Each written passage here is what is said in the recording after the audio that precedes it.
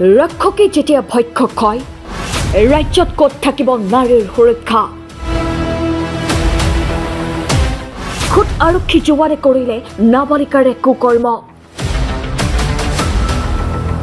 লম্পট অৱনী কলিতাৰ কামনাৰ বলি নাবালিকা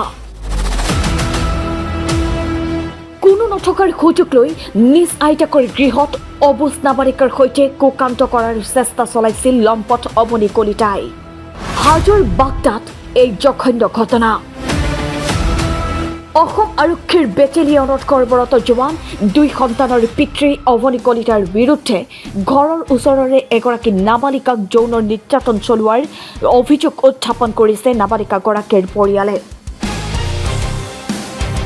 আনহাতে লম্পট অৱনীৰ পত্নীয়ে স্বামী অৱনীৰ সমগ্ৰ এই নিৰ্লজ্জ ঘটনা গাপ দিয়াৰ বাবে অকথ্য গালি গালাজৰ লগতে নাবালিকাগৰাকীৰ পৰিয়ালক মাৰপিট কৰাৰো অভিযোগ উত্থাপন হৈছে এই নিৰ্লজ্জ কাণ্ড পোহৰলৈ অহাৰ লগে লগেই উচিত তদন্ত বিচাৰি নাবালিকাগৰাকীৰ পৰিয়ালৰ লগত থিয় দিছে হিন্দু জাগৰণ মঞ্চ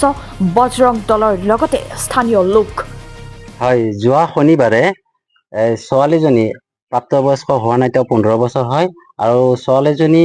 কথা খুব কম কয় ল'ৰাজন দুটা সন্তানৰ পিতৃ এই ছোৱালীজনী কোনো নথাকাত আইতাকৰ ঘৰত লৈ গৈ তেওঁ যিটো অপকৰ্ম কৰিছে আমি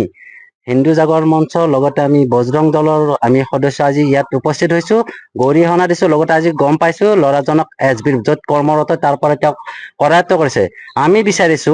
এনেকুৱা পাখণ্ডক কঠোৰতকৈ কঠোৰতম শাস্তি পাওক ইতিমধ্যে ঘটনা সন্দৰ্ভত নাবালিকাগৰাকীৰ মাতৃয়ে হাজো আৰক্ষী থানাত দাখিল কৰিছে এজাহাৰ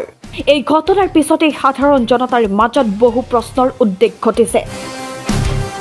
যিটো সময়ত নৰপিশাচৰ বলি হ'বলগীয়া হৈছে ৰাজ্যৰ যুৱতী কিশোৰী তেনে সময়তেই যদি ৰক্ষকেই ভক্ষক হয়